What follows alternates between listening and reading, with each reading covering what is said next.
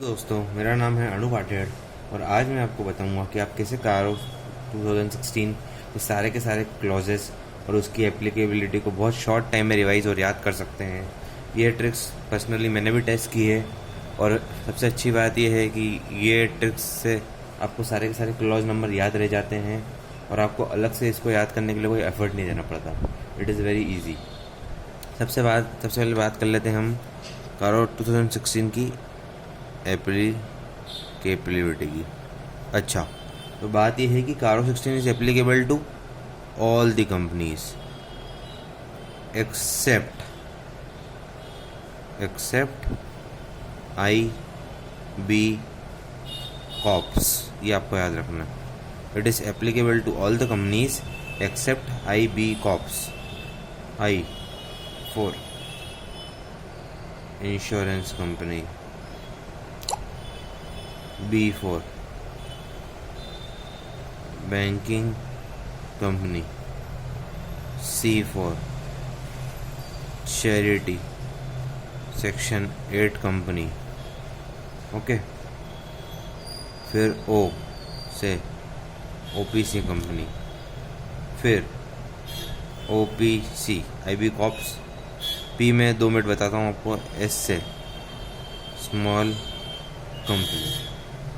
अब P से है प्राइवेट कंपनी, मतलब IB cap it is applicable to all the companies except ये कंपनीज। इसके अंदर प्राइवेट लिमिटेड कंपनी है, उसको एप्लीकेबल नहीं है if it is not being subsidiary और होल्डिंग ऑफ पब्लिक कंपनी। अगर आपकी जो प्राइवेट कंपनी है, अगर वो it is not being a subsidiary और होल्डिंग, वो पब्लिक कंपनी की होल्डिंग या सब्सिडरी नहीं है, तो उसको ये एप्लीकेबल नहीं होगा। अगर ये पब्लिक कंपनी की होल्डिंग या सब्सिडरी हो गई है तो कारो 16 उसको एप्लीकेबल हो जाएगा, प्रोवाइडेड 3 कंडीशंस भी है। ये तीनों कंडीशंस क्यूमुलेटिव है, मतलब that are not optional. You have to follow both the 3 conditions, and if both the 3 conditions are followed, you will be exempted from the applicability of कारो। क्या है वो एप्लीकेशन की? Paid up share capital plus reserves and surplus should be less than और equal to 1 crore, plus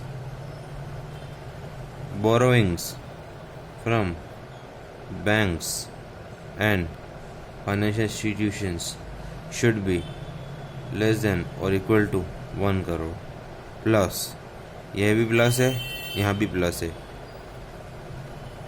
आपका जो total revenue है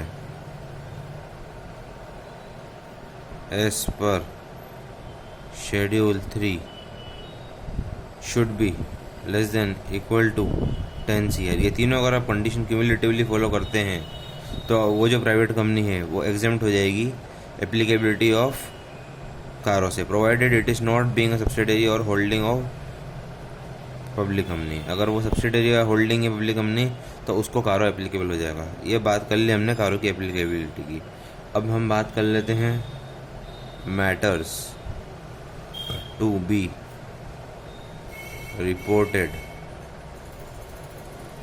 इन CARO 16, मतलब किन चीज़ों की रिपोर्टिंग कारो 16 में होगी। अब इसको याद रखने के लिए मैंने एक बहुत सिंपल सा फॉर्मूला बनाया है, जो अगर आपने याद रख लिया तो आपको पूरे के पूरे मैटर्स याद हो जाएंगे। इसकी ट्रिक है, उसकी एक छोटी सी स्टोरी मैं फटाफट आपको बता देता हूँ। आपको बस ये सोचना है कि आप कहीं ना कहीं जा रहे हो फ्लाइट से, और जैसे आप मेक माई ट्रिप या कहीं बैठ के बुकिंग करते हैं ना, ऐसे ही आप पेटीएम या कहीं पे भी जो बुकिंग करते हैं, डेट ऑफ अराइवल डालते हैं, कितने पैसेंजर है, क्या टाइमिंग है फ़्लाइट का, मतलब वो जो आप पेज पे होते हैं ना, बस उसी पेज को आप इमेजिन कीजिए और मेरे साथ ये पूरी प्रोसेस बोलिए। क्या है मैं आपको बताता हूँ। FILL फिल द कॉलम, जो आप वहाँ पे कॉलम फिल करते हैं। फिर आपको डालना है डेट ऑफ अराइवल, फिर आपको डालना है डेट ऑफ डिपार्चर, ठीक है, इवनिंग फ्लाइट है मेरी, ठीक है। जैसे ट्रेन्स के लिए नंबर होता है PNR नंबर, ऐसे PNR नंबर फ्लाइट्स में भी अपन मान सकते हैं। तो एक उसका राइमिंग है MNR और एक है PNR, ठीक है। अगर आपको पूरी स्टोरी समझ में, मैं एक बार और बता देता हूँ आपको। आप बैठ के फ़्लाइट बुक कर रहे हैं, आप वो कॉलम पे आप वो पेज पे बैठे हुए हैं जहाँ पे आप डेट डालते हैं अराइवल डिपार्चर की, फ़्लाइट चूज़ करते हैं, ठीक है, और अपनी जर्नी स्टार्ट करते हैं। तो बेसिकली आप वहाँ पे फिल कॉलम कर रहे हैं, fill the column, date of arrival डाल रहे हैं, डेट ऑफ डिपार्चर डाल रहे हैं, इवनिंग फ़्लाइट है मेरी, मेरा MNR नंबर है और मेरा PNR नंबर है। इतना सा कोड आपको याद रखना है। Fill the column, date of arrival, date of departure, evening flight, MNR PNR। वापस से बोल रहा हूँ, fill the column, date of arrival, date of departure, evening flight, MNR PNR। Fill the column, date of arrival, date of departure, evening flight, MNR PNR। अब मैं बात कर लेता हूँ फिल द कॉलम इन सब के फुल फॉर्म की। Fill the column, date of arrival, date of departure, evening flight,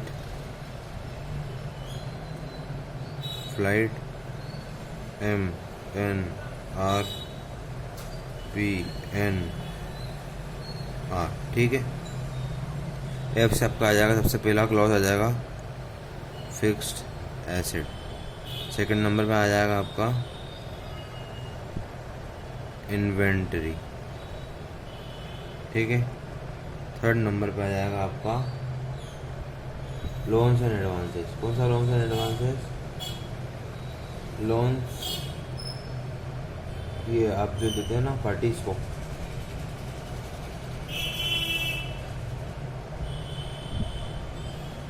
फिर आपका आ जाएगा लोन्स,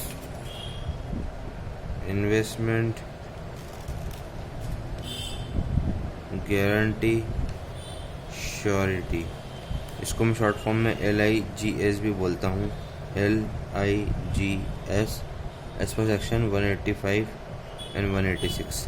तो ये फिल द कॉलम का FILL, D से आएगा अपना डिपॉजिट्स, पब्लिक वाला। कॉलम D से आपका डिपॉजिट्स, कॉलम C से आपका आ जाएगा cost records, date of arrival, date of departure. ये आपको दोनों DD पढ़ने हैं, डेट दोनों के DD के, डेट ऑफ अराइवल और डेट ऑफ डिपार्चर के डेट DD पकड़ना है। तो इसमें आपका पहला आ जाएगा स्टैट्यूटरी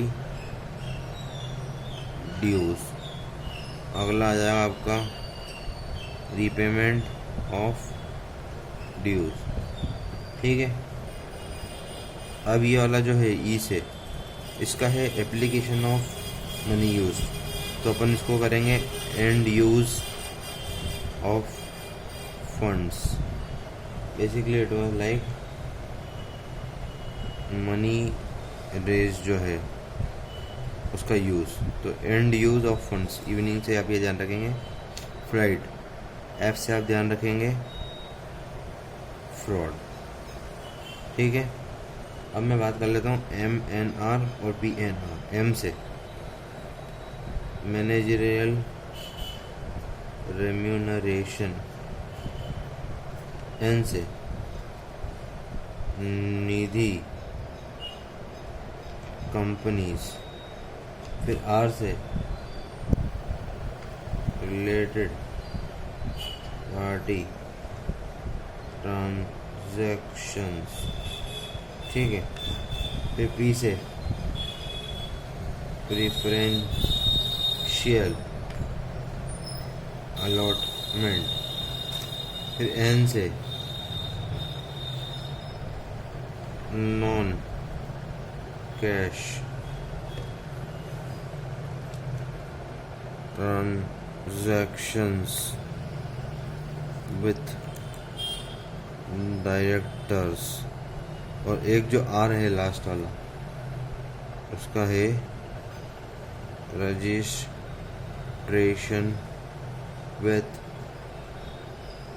RBI।